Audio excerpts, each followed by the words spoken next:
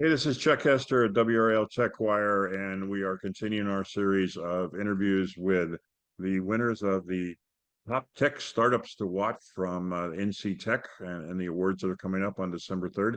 My pleasure today to talk to Brennan Barber, who is the co-founder and CEO of Theralinq. Brennan, thanks for taking the time. Thanks for speaking with me. I'm really excited. Absolutely. So let's start with where you came from. I know you've got a significant background in the startup and tech community in the Triangle area, but give us some idea of where you came from and how you got to where you are today. Sure. High level, I've got a background in corporate sales and business development, 20 plus years in a variety of industries. And I've spent the last 5 years working with startups in the tech and biotech sectors specifically. And during that time, my background educationally, I have a bachelor's in political science. I have an MBA from Duke. During my time in business school, I certainly had interest in starting my own company. Had a finance entrepreneurship focus. Wasn't quite sure at that time what I wanted to get into, but the opportunity with CED came along as I was finishing business school, and really dovetailed my interests in both entrepreneurship and married some of my previous experiences.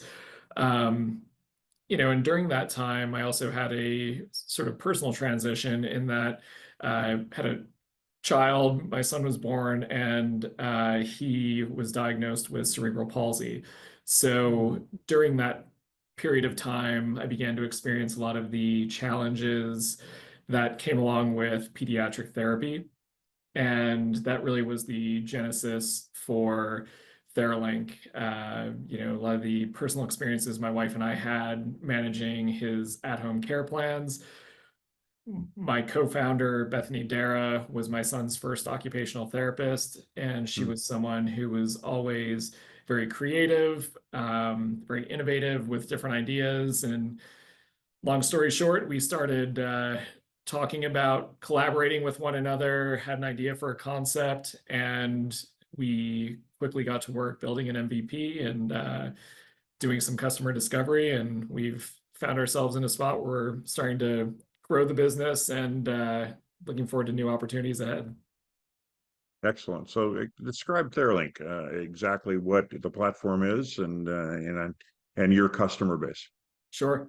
So Theralinq is a platform that's primarily focused on addressing the deficiencies that exist in pediatric therapy. The biggest challenges that we encounter are both wait lists for therapists and for families getting into care when time is of the essence. There's also challenges when it comes to general logistics around transportation, getting to clinical appointments, and also cost savings. We're providing a cost savings for families as well. So typically private insurance will only cover a fraction of a family's annual appointments.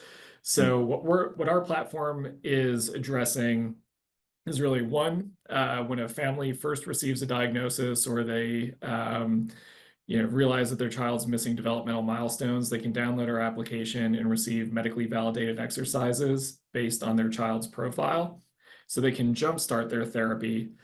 Then once they're receiving direct care from a provider, they can work with that provider on our platform to build a customized care plan based on that child's goals, execute more therapy in an at-home setting because therapy doesn't end when clinical appointments end. So really helping to not only ensure that those children are making better progress at ideally a quicker pace, but covering any gaps that might exist in not being able to make it to a clinical appointment, extending out those insurance-covered appointments by doing more outside of the clinic. And for therapists, we give them the ability to maximize billable hours by better engaging with their wait lists and filling any unoccupied sessions with additional patients, new patients off those wait lists. That's excellent. And start in October of 2023, is that right? Correct. And how are you funded, and what are you looking for moving forward? Yeah, so we are primarily bootstrapped and we have received some grant funding. We are an NCID and micro grant winner as well. So we are currently applying for additional grants. We've submitted for an SBIR grant. We've submitted for a grant through Department of Health and Human Services as well. And we're exploring some other non-dilutive funding opportunities. We are having some discussions with angel investors, with early stage institutional investors, kind of exploring all options at this point. That's excellent. Good. And your customer base, you're a therapist on one side, families on the other. What's the customer base size right now? Correct. Yeah. So right now our product's in beta. We have about 20 users currently, both therapists and families.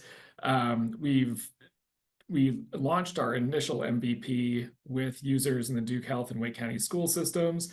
We've done some feature iterations, developments that we're now testing, and we should be on track for a commercial ready product by the end of this year, and really expanding our customer base. We have some pending partnerships that would provide us with our first paying customers.